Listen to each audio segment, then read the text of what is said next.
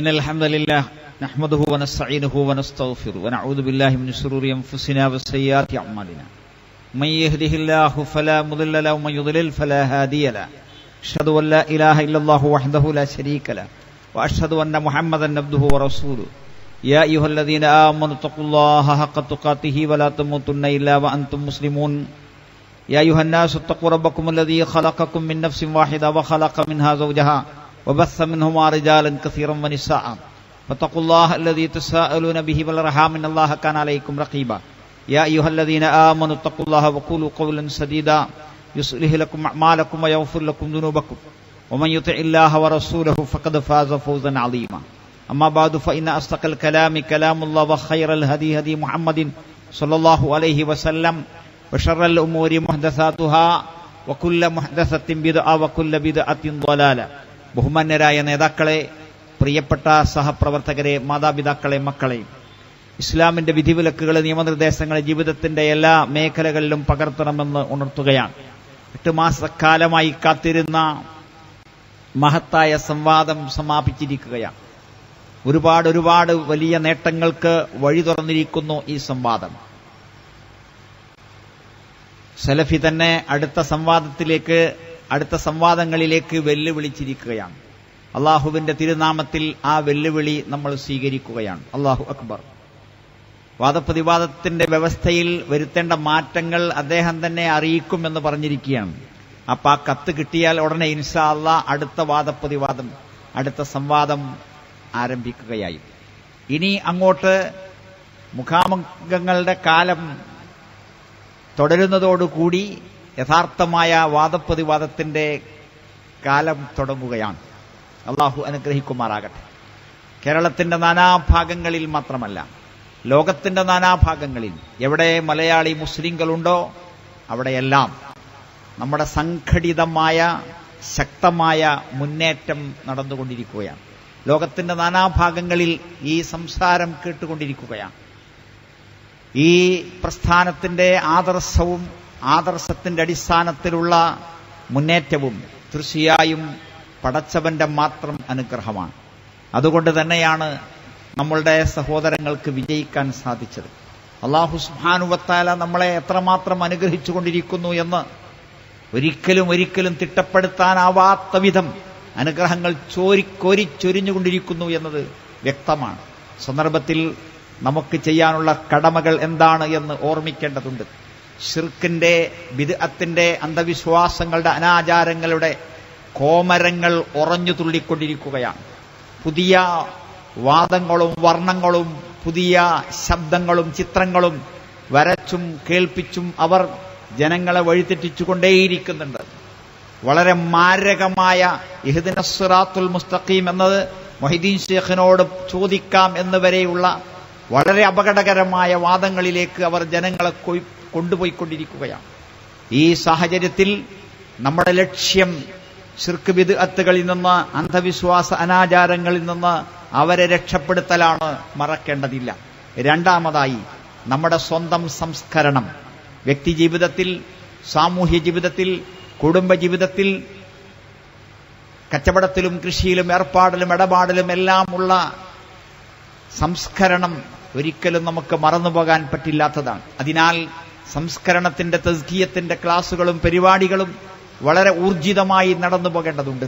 മൂന്നാമതായി നമ്മുടെ നിശ്ചയിക്കപ്പെട്ട സമ്മേളനങ്ങൾ, ജില്ലാ സമ്മേളനങ്ങൾ, ആ ജില്ലാ സമ്മേളനങ്ങളുടെ എല്ലാറ്റിന്റെയും വിജയം നമ്മളുടെ കീശയും നമ്മളുടെ പ്രവർത്തനവും നമ്മളുടെ വിയർപ്പും നമ്മുടെ ഊർജവുമാണ് അല്ലാഹു സുബ്ഹാനഹു വ തആലയുടെ അനുഗ്രഹത്തിന് ശേഷം.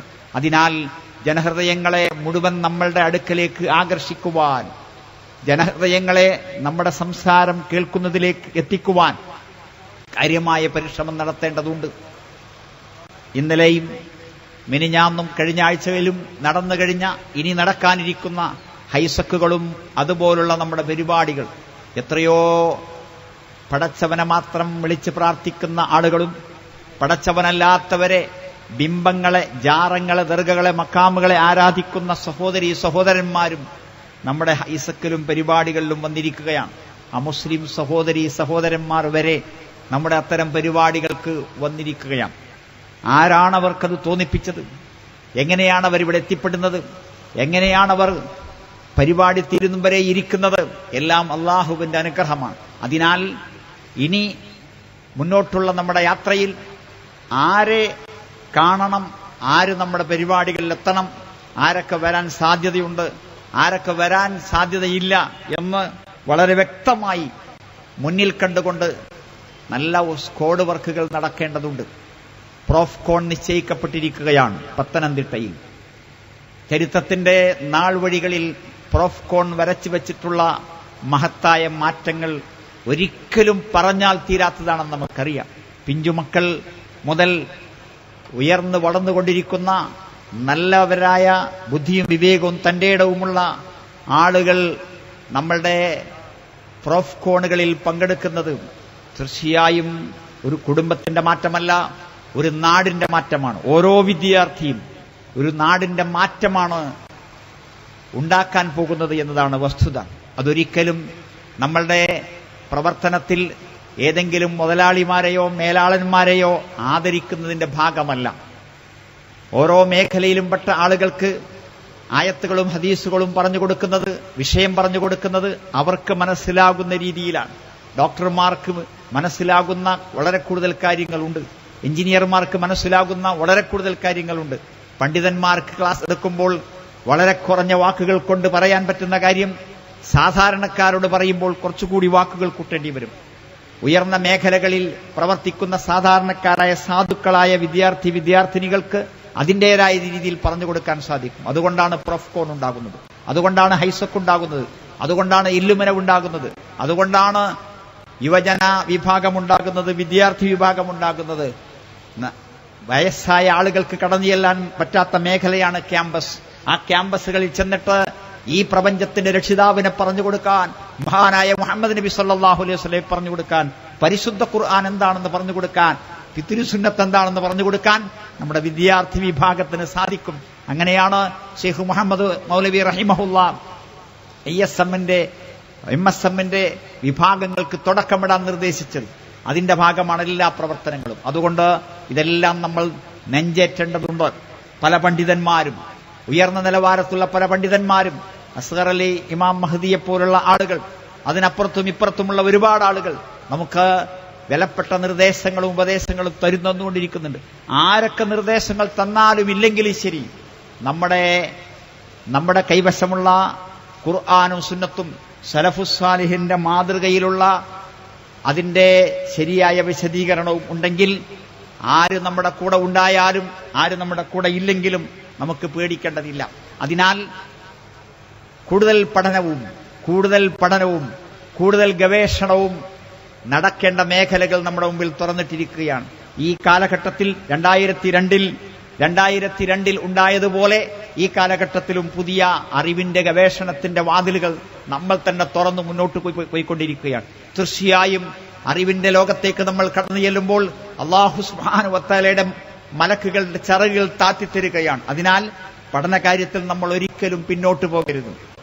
അവസാനമായി ഓർമ്മിപ്പിക്കുവാനുള്ളത്, ഇതാ ഈ തൗഹീദിന്റെ സന്ദേശം അല്ലാഹു നമ്മളെ ഏൽപ്പിച്ചിരിക്കുകയാണ്. നമ്മളെക്കുറിച്ച് ഏറ്റവും ഗുരുതരമായ, ലോക ചരിത്രത്തിൽ ഇതുവരെ ഇല്ലാത്ത ഏറ്റവും ഗുരുതരമായ ഒരു ആരോപണമാണ് പറഞ്ഞിരിക്കുന്നത്, നമ്മൾ ശിർക്കിലാണ് എന്ന്. പക്ഷേ അല്ലാഹുവേ, നിന്റെ മഹത്തായ അനുഗ്രഹം, നിന്റെ മഹത്തായ കരുണാകടാക്ഷം, തൗഹീദിന്റെ യഥാർത്ഥമായ വെള്ളി വെളിച്ചം സ്ഥാപിക്കുവാൻ ഈ കൊച്ചു സംഘത്തിന് സാധിച്ചിരിക്കുകയാണ്. അതോടൊപ്പം ശിർക്കിന്റെ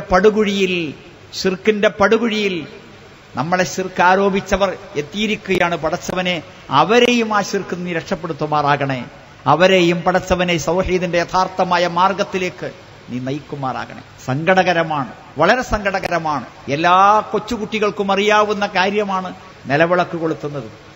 പക്ഷേ എത്ര വലിയ ഉയർന്ന നിലവാരത്തിൽ സംസ്ഥാന സെക്രട്ടേറിയറ്റിൽ വർക്ക് ചെയ്യുന്ന ഒരാൾക്ക് ഇങ്ങനെ ചെയ്യാൻ സാധിച്ചു എന്നത്, പടച്ചവൻ ഏത് രീതിയിലാണത് കൈകാര്യം ചെയ്തത് എന്ന് നമുക്ക് ശരിക്കറിയില്ല.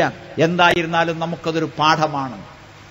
ഏതൊരാളുടെ ഹിദായത്താണ്, ഏതൊരാളുടെ അറിവാണ്, ഏതൊരാളുടെ ബുദ്ധിയാണ്, വിവേകമാണ് ഏത് സെക്കൻഡിലാണ് നഷ്ടപ്പെടുക എന്നതിന്റെ ഉദാഹരണമാണ് അവസാനത്തെ ഉദാഹരണമാണത്. ഇനിയും അത്തരം സംഭവങ്ങൾ ആവർത്തിക്കപ്പെടരുത്. ആർക്കും തൗഹീദ് നഷ്ടപ്പെടരുത്. ആർക്കും ശിർക്കിന്റെ വഴിയിലേക്ക് പോകാൻ തോന്നരുത്. അതിനാൽ നമ്മൾ നിരന്തരമായി പ്രാർത്ഥിക്കേണ്ടതുണ്ട്. ശരി, നമുക്ക് ഇനിയും നമ്മുടെ വഴികളിലേക്ക് മുന്നോട്ട് പോകാം. എല്ലാവരും നമ്മുടെ പ്രവർത്തന രംഗത്ത് ഉഷാറായി രംഗത്ത് പ്രവർത്തിക്കണം. KNM നമ്മുടേതാണ്, അത് നമ്മുടെ ചോരയാണ്, അത് നമ്മുടെ ജീവനാണ്. ISM നമ്മുടേതാണ്, MSM നമ്മുടേതാണ്, MGM നമ്മുടേതാണ്, KJU നമ്മുടേതാണ്. വിട്ടുകൊടുക്കുന്ന പ്രശ്നം ഇല്ല. അള്ളാഹു അനുഗ്രഹിച്ചെങ്കിൽ അതിന്റെ എല്ലാം യഥാർത്ഥ പ്രവർത്തകരായി നമ്മൾ തന്നെ മാറും. ആര് കൈയടക്കിയാലും ശരി, അള്ളാഹു അത് നമുക്ക് തിരിച്ചു തരുമെന്ന ശക്തമായ പ്രതീക്ഷയിലാണ് നമ്മളുള്ളത്. അതുകൊണ്ട് സംഘടിതമായി തന്നെ യാതൊരു തരത്തിലുമുള്ള കക്ഷിവഴക്കുകളുമില്ലാതെ പോരായ്മകളുമില്ലാതെ സംഘടിതമായി തന്നെ നമുക്ക് മുന്നോട്ട് പോകണം. അള്ളാഹുവിന്റെ കയ്യ് സംഘത്തിന്റെ കൂടെയാണ്, അള്ളാഹുവിന്റെ സഹായം സംഘത്തിന്റെ കൂടെയാണ്. നമുക്ക് സംഘടന വെറുമൊരു ചുമര് മാത്രമാണ്. നമുക്കതിൽ എഴുതേണ്ടതുണ്ട്, വരക്കേണ്ടതുണ്ട്. സംഘടനയ്ക്ക് വേണ്ടിയല്ല, പിന്നെയോ മതത്തിന്റെ പ്രബോധന പ്രവർത്തനങ്ങൾക്ക് വേണ്ടിയാണ്. ഒരു ദോഷവുമില്ലാത്ത യഥാർത്ഥമായ സംഘടിത പ്രവർത്തനമാണ് നമ്മൾ ഉദ്ദേശിക്കുന്നത്. എല്ലാ വിഷയങ്ങളും ചർച്ച ചെയ്യുന്ന പണ്ഡിത സഭ എല്ലാ മാസവും അതിന്റെ ശരിയായ മീറ്റിംഗുകൾ കൂടിക്കൊണ്ടിരിക്കുന്നു, വിഷയങ്ങൾ ചർച്ച ചെയ്തുകൊണ്ടിരിക്കുന്നു.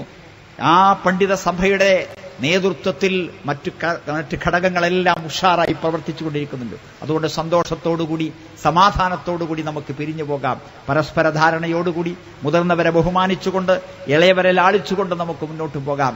കുടുംബജീവിതത്തിൽ സാമൂഹ്യ ജീവിതത്തിൽ നല്ല മാതൃകകൾ പാലിച്ചുകൊണ്ട് പോകാൻ നമുക്ക് ശ്രമിക്കാം. അള്ളാഹു അനുഗ്രഹിക്കുമാറാകട്ടെ. ഒരു മൊബൈൽ കളഞ്ഞു കിട്ടിയിട്ടുണ്ട്, ഉടമസ്ഥൻ അന്വേഷിക്കുക. അള്ളാഹു സുബ്ഹാനഹു വ തആല എല്ലാം കേട്ട് ഏറ്റവും നല്ലത് പിൻപറ്റുന്ന ബുദ്ധിയുള്ളവരിൽ നമ്മളെല്ലാം ഉൾപ്പെടുത്തുമാറാകട്ടെ. പടച്ചവനെ, തൗഹീദിന്റെ വെള്ളി വെളിച്ചം ഈ രാജ്യത്തെ എല്ലാ മനുഷ്യർക്കും എത്തിച്ചു കൊടുക്കുവാൻ ഞങ്ങളിലൂടെ നീ തൗഫീക്ക് നൽകുമാറാകണേ നാഥ. ഞങ്ങളുടെ വാക്കുകൾ കേൾക്കുവാൻ അള്ളാഹുവെ എല്ലാവർക്കും നീ തൗഫീക്ക് നൽകുമാറാകണേ. പടച്ചവനെ, തെറ്റുകുറ്റങ്ങളും അബദ്ധങ്ങളും അപാകതകളും പുറത്തും അപ്പാക്കി തരണേ. റബ്ബന അതിനാ ഫിദ്ദുനിയാ ഹസന വഫിൽ ആഖിറതി ഹസനതൻ വഖിനാ അദാബന്നാർ. വൽഹംദുലില്ലാഹി റബ്ബിൽ ആലമീൻ വസല്ലല്ലാഹു അലാ ഖാതമിൽ അംബിയാഇ വൽ മുർസലീൻ. അസ്സലാമു അലൈക്കും വറഹ്മത്തുള്ളാഹി.